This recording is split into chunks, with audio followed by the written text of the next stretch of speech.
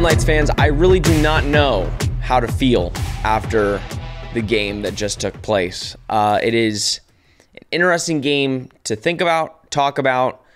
You don't know whether to feel happy or sad. I mean, or I think the better word is disappointed. So I'm going to be completely 100% honest. This is like the fifth time that we've recorded this. I am solo, as you see, no Nick or Rob on this pod. Me and Nick, I went to Tampa yesterday. I went and stayed at Nick's place. We went golfing. I actually pulled my lower back pretty bad. It's hurting. I've not golfed in 6 months, and it was not my best round. But I went up to Nick's house. We went to the game. Had the game happen, and that was something. And then we went back to his place to record, and it was going to be a live episode, and we did it. And it just, there were so many problems that continued to happen. And finally, when we thought we had it done, I drove back at 2 a.m, got back to Orlando by 3:30, and this morning woke up and checked the files, and they were gone. Everything that we recorded was gone. So you get just me for this episode of Charge On. But we're going to get into all of it. Again, I talked about it last night. I feel a little bit differently waking up this morning. I'll tell you how I was feeling last night, which was a very negative pod that we recorded last night. But I think, I guess there's a positive and a negative to the pod getting lost last night. Is I think we can take the positives away that we need to take and look at the bright side. But we also need to talk about the negatives that come with what did happen in that game, because again, when you're going into a conference title game the next week, I mean, last night will not cut it, and we will get embarrassed next week if what happened against USF happens against Tulane. But before we do that, a quick word from our sponsors, BetOnline. Guys, basketball is back, and BetOnline remains your number one source for all your sports betting needs this season. You'll always find the latest odds, team matchup info, player news, and game trends at BetOnline. And as your continued source for all sports wagering information, BetOnline features live betting, free contests, giveaways all season long. Always the fastest and easiest way to bet all your favorite sports and events, whether that's college football, NFL, NBA, NHL, MMA, tennis, boxing, or even golf. Head to betonline.ag to join and receive your 50% welcome bonus with your first deposit. Make sure to use promo code BELIEVE to receive your rewards. That's BLEAV to receive your rewards. BetOnline, where the game starts.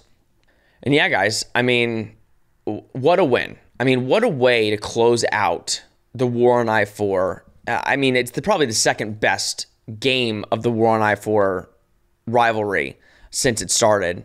46-39, your Knights win. And I'm going to be honest. I mean, I think the reason why I'm not jumping for joy 24/7 after this game is there's nothing really to be super excited about with the way that you performed in that second half. There are positives, and we're going to get right into them, because I think at the end of the day, this team specifically showed the toughness and the grit that you need when you are playing, when you're trying to get into a conference championship game. I give credit to the offense in the first half. I think, let's start with John Rice Plumlee, because we didn't see him in the second half, but it kind of seemed like early on John Rice was going to have one of those games, right? John Rice was going to come out and really put on a show. I mean, he was 9 for 9, 71 yards, I believe, when he was in there, passing touchdown to O'Keefe. Ran all over the USF Bulls, had 2 touchdowns. Gus Malzahn, I think, was pretty accurate. I think at the end of the day, John Rice was probably going to run for probably 300 yards. USF had a terrible run defense going in. We knew that, and I think UCF knew that. I mean, he didn't pass the ball barely at all in the first half, and we knew, listen, I think a lot of people on Twitter were saying, do you want to show your whole playbook, or do you want to be very conservative and just run the ball? And I think that's what UCF was trying to do. Run the football, run it down their throat, score in the red area, and they did that. 28-0. Defense forced turnovers at will. I mean, the fumble on Brown into the end zone, got that. The interception. Defense was showing up, offense showed up, and you end the half at 28-7. And it just seemed like there was no way USF's getting back in this game. UCF had all the momentum. A little momentum shifted to USF at the end of the half there by scoring that touchdown. And it's not like USF wasn't moving the ball. I think they did have a 1-3 and out, but USF was moving the ball. They turned over the ball in the first half, which then led to UCF touchdowns.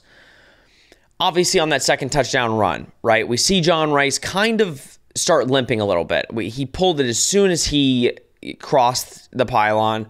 And I look over to Nick and I said, I think he just hurt himself. So I didn't think he was going to come back in. I thought, listen, you're up 21-0. Then we get the turnover, we get the ball back. And John Rice comes out.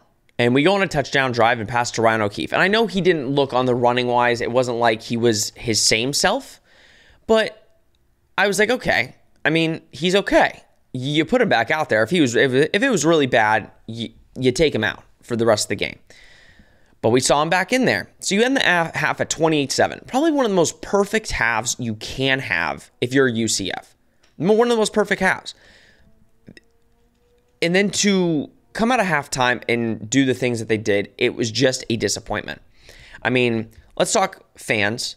Bounce House West was electric. I mean, I call it Bounce House number 2. I know everybody started calling it's Bounce House West, but I like Bounce House number 2.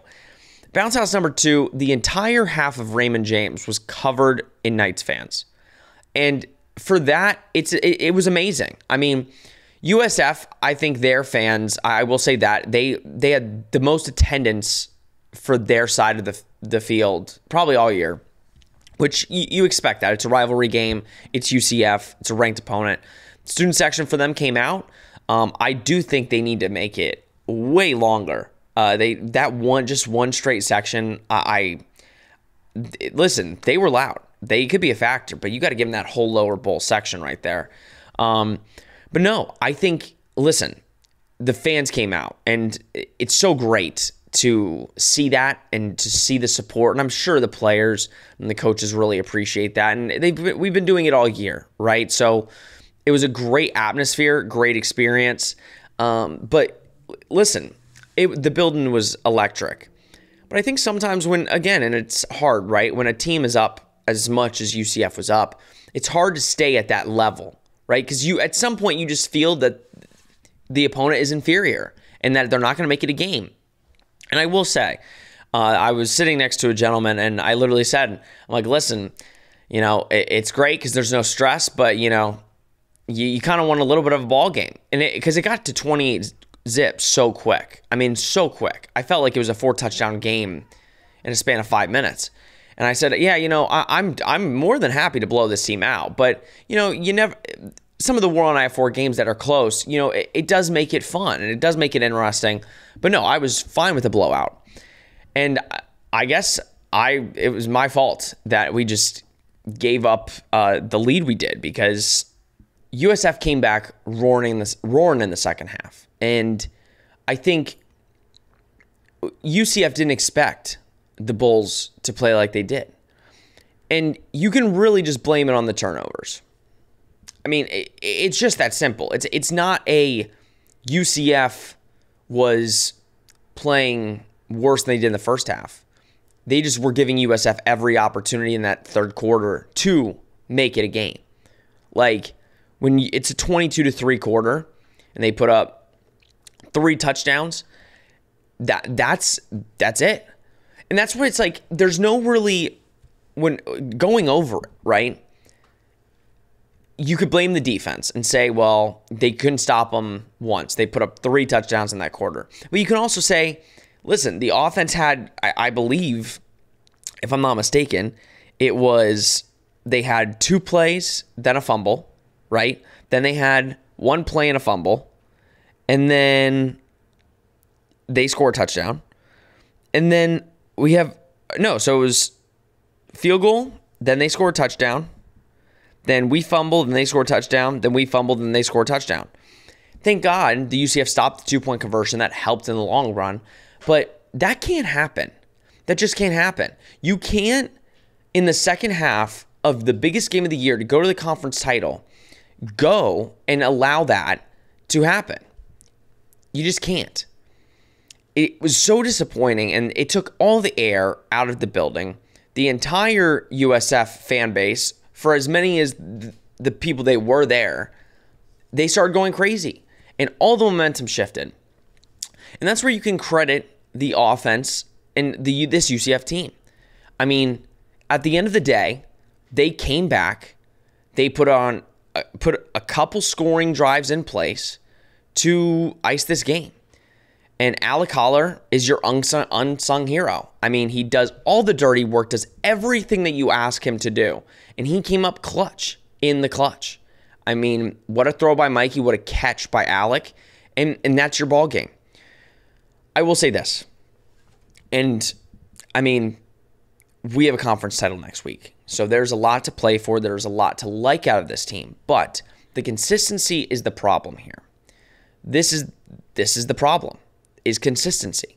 And when in the first half, you look like the team you're supposed to against a team like this. And I said it on the preview pod, right? Rivalry games are always weird, right? They are always weird. Let's be real. Florida State, Florida. Florida State is the much better team. But at the end of the day, it was a tied game at one point. So you can never know with these rivalry games. USF was 1-10 going into this game. 1-10. You would think that UCF would just dominate the entire game. I don't care what quarterback's in there. And they didn't. They didn't dominate. USF came back and won this game. They didn't win, but if I'm a USF fan, it is a heavy moral victory. It is a heavy moral victory. So let's talk Mikey in the JRP situation. JRP obviously hurt himself. I said it again. I don't understand. I mean, I think if it was really bad, then don't put him back in. And I understand you're playing an inferior opponent, but at the end of the day, I mean, when it was 31-15, I'm like, okay, put JRP back in. You have to run, don't run him. I mean, if his hamstring is hurt that bad, don't run him. But you have to give them the look that he is going to run. Luckily, it didn't matter. Mikey stepped up, and it wasn't even that Mikey was playing bad. It was the turnovers were becoming a killer, and USF was getting back in the game. And it was, okay, we need to show them a different look. We need to bring what was working in the first half. We need to kind of bring that back. And even if you don't run JRP, it keeps them honest, right? And it helps in moving the ball. But at the end of the day, it was just turnovers. The turnovers killed them. Let's think about this logically. If you come out and you go to Tulane and JRP gets hurt again, which hopefully not, and hopefully he's good for Tulane, you're going to have Mikey come in. And the good thing is, and I think this is the reason ultimately why they just stuck with Mikey. I think UCF was confident throughout the game to know, listen, we're going to need JRP next week against a Tulane team that definitely has struggled against people with the run.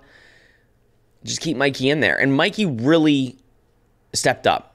I mean, he really did step up. And that's just, he is one of the toughest and most clutch players I've seen play for UCF.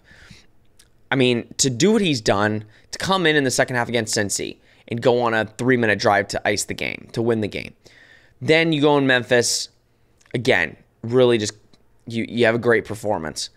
And then now for a third time, you come in, and I know he didn't do it last week, but you come in and just show so much poise in that final 3 minutes, and you go on a touchdown scoring drive. I mean, I don't know if there's many college quarterbacks that can do what he's doing right now. And I think whoever gets him next year is going to have a clear-cut number one and a guy that's going to win a lot of football games for whatever program he goes to. And listen, he said he will burn the red shirt next week. He will. If we need him, he will burn it because we're fighting for a championship. And that just shows you how much of a team guy he is. It's all about the team. It's not about himself. I will say, though, and it's worth mentioning, I think Mikey is a great leader, and I don't think this has anything to do with his leading, and I don't know what it was. On the sideline, it kind of just seemed like Mikey was away from the group a little bit. It seemed like JRP was on the sideline. Maybe that was just trying to give USF a look to think that John Rice would come in. That might be it. But but it kind of just seemed like he was excluded from the linemen and everything. He was just off to the side, sometimes with Kamori Gamble. And I don't know. I'm not going to read too much into that, and I think it might have just been to keep USF off guard, which I'm assuming that's what it was. But to come in and do what he's doing is just incredible. And I know he had the one turn, it was his fault, the RPO. It was not RJ's, that was his. He pulled it too late and the ball fumbled. And that can't happen. But at the end of the day, he went and won the game for him. USF, man. All right, USF, give the Bulls credit. I mean, that kid, Byron Brown, he's going to be a stud if he stays there. Whoever the next coach is, if it's Dion, look out for the USF Bulls. I think they've got some guys, and who knows? I think a couple of them transfer. I think Jimmy Horn, I would love to see him in a UCF uniform next year. I think he can, really help if we do lose Ryan O'Keefe. But they've got some guys. Petit is a stud. I think he is their clear-cut number one guy on offense. And Byron Brown, I think, is your starter next year. He showed some grit. It was not easy sledding tonight, having to come back from what they did, and they took the lead. It was 39-38, and it was pretty much on the heels of just him willing his team to a victory. There's a lot to say about this game, and listen, I'll be honest. I said most of it last night, and if we didn't lose the footage, I probably would be saying all of it again.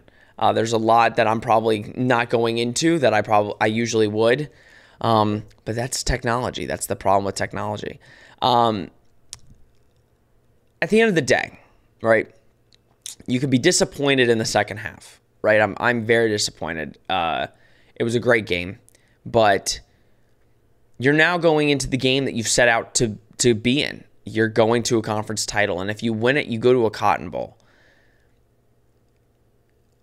I just feel like the team has hit their peak at maybe the wrong time. That's kind of where I'm feeling. I don't think this team has played a consistent season, and that's kind of been the problem. Now, I will say, when they needed to win, they won, right? When they played against Cincinnati, against Memphis, against Tulane, they won, and you needed to win all those games. You couldn't drop one of them. But then when you have Navy and USF to end your season, you just choke. They didn't choke against USF, but they almost gave it up. They almost weren't playing for a conference title, and it just showed the grit of the team to never give up.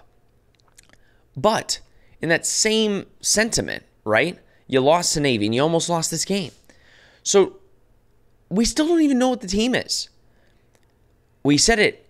We think this is a good team. It could potentially be great. But I think this is the perfect example of why it's not a great team right now, because there's too much inconsistency. There are too many mistakes. But I will say, as a UCF fan, and I know it's hard to feel confident right now before you're playing in a conference title game. It's very hard to feel confident after that type of game. But I think what I will say is, after we played ECU, none of us thought UCF had a chance. Well, I did. I did say UCF would win. But a lot of UCF fans said we think Cincy's going to break the doors off us.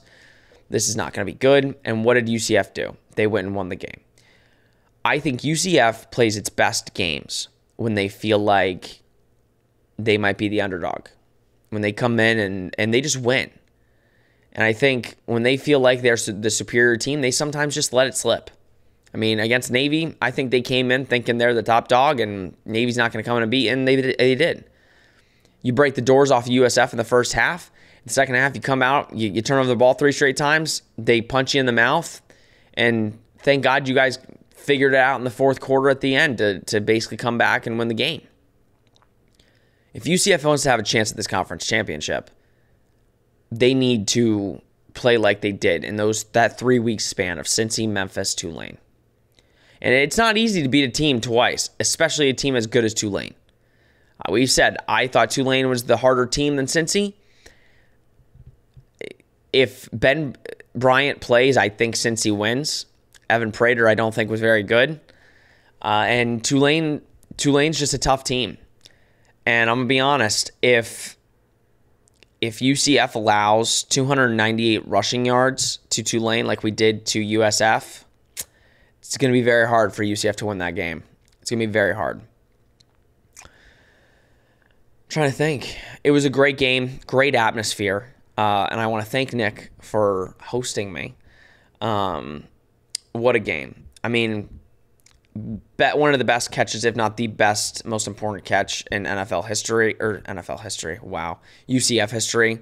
Alec Holler is just a stud. Love him to death, and it couldn't have happened to a better guy. Mikey Keene should always be remembered at UCF. I think this game just further solidified him as a guy that will be remembered by Night Nation. And listen, I don't know where he's going to go, and we'll find that out here probably in the next week or two. When he hits that transfer portal. But hey, who knows? We might see him again. Hopefully John Rice is healthy. And we'll get into all that next on Thursday, or we'll get into all of it on Thursday. We'll see. We'll go into everything Tulane conference championship game. It should be very fun. And listen, at the end of the day, the positive is UCF got there. UCF got to the game. They're in the game. And it's great for the program. You can leave the American with a championship, say bye, and go to the Big 12. And it's a very exciting time to be a UCF Knights fan. We just got to find the consistency here. But it's great to finish the War on I-4.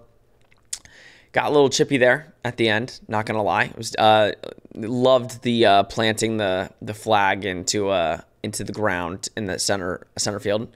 A little bit of a scuffle happened, but, that's kind of expected. And credit to the USF player for not, just letting them do it. But I'm proud of the guys. I'm proud of what they've accomplished this year.